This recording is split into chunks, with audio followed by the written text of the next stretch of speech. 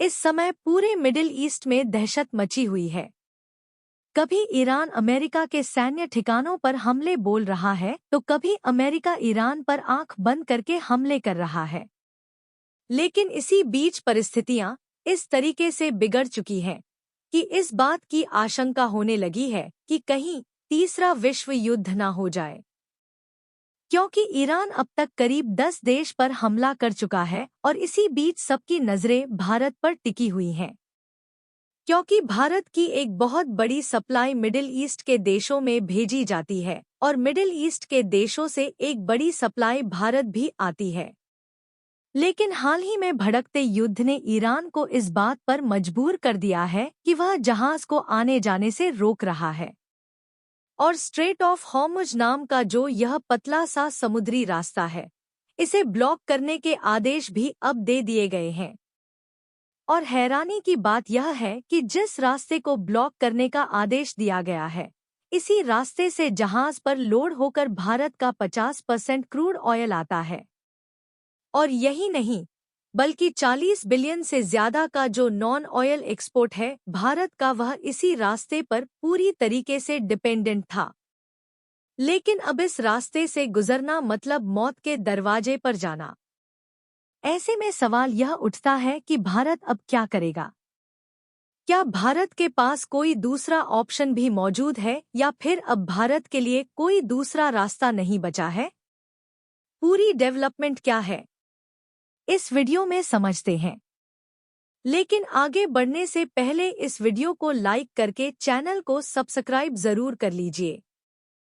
सबसे पहले आप इस मैप पर ध्यान दीजिए और यह समझने की कोशिश करिए कि यह हमारा भारत है और भारत से होते हुए कोई भी शिपमेंट जो मिडिल ईस्ट के देशों की तरफ जाता है वह इसी पतले रास्ते स्ट्रेट ऑफ हॉर्मुज से होकर गुजरता है।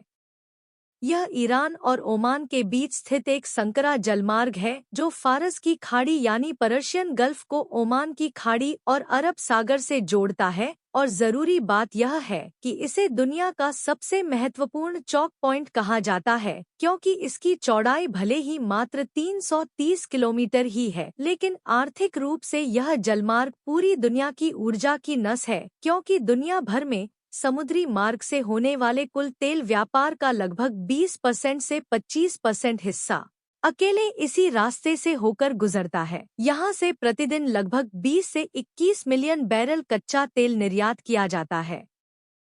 सऊदी अरब, ईरान, इराक, कुवैत और संयुक्त अरब अमीरात जैसे बड़े तेल उत्पादक देश इसी रास्ते पर डिपेंडेंट हैं।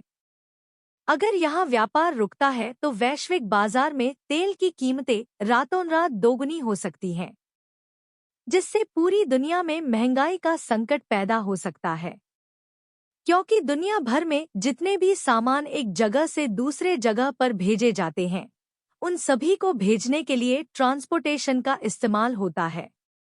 और जितने भी कमर्शियल ट्रांसपोर्टेशन हैं, उनमें से कोई भी ट्रांसपोर्टेशन इलेक्ट्रिक नहीं है, बल्कि सामानों को एक जगह से दूसरी जगह पर ले जाने वाले ट्रांसपोर्टेशन आज भी डीजल और पेट्रोल से चल रहे हैं।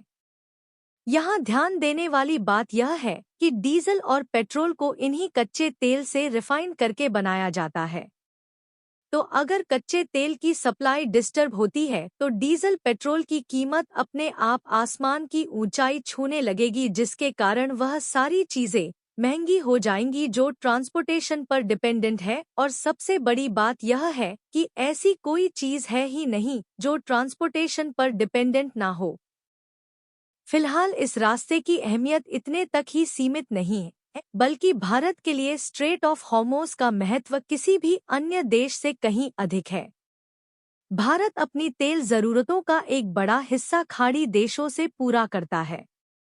हमारे कुल कच्चे तेल के आयात का लगभग 50% एलएनजी यानी लिक्विड नेचुरल गैस का 54% से अधिक हिस्सा इसी रास्ते से होकर भारतीय बंदरगाहों तक पहुंचता है। कतर से आने वाली गैस और इराक सऊदी से आने वाला तेल इसी रास्ते का इस्तेमाल करते हैं। भारत की ऊर्जा सुरक्षा सीधे तौर पर इस मार्ग की शांति और सुरक्षा से जुड़ी हुई है। इसीलिए भारतीय नौसेना यहाँ अक्सर ऑपरेशन संकल्प जैसे मिशन चलाती है। लेकिन हाल ही में जिस तरीके से ईरान, इजराइल और अमेरिका के बीच युद्ध भड़क चुका है, ऐसे में पहले से चल रहे किसी भी मिशन की यहाँ पर अहमियत जीरो हो चुकी है और अब इस रास्ते को फिलहाल के लिए बंद करने का आदेश दे दिया गया है और यहाँ से शिपमेंट लोड करके किसी भी जहाज को गुजरने नहीं दिया जा रहा है।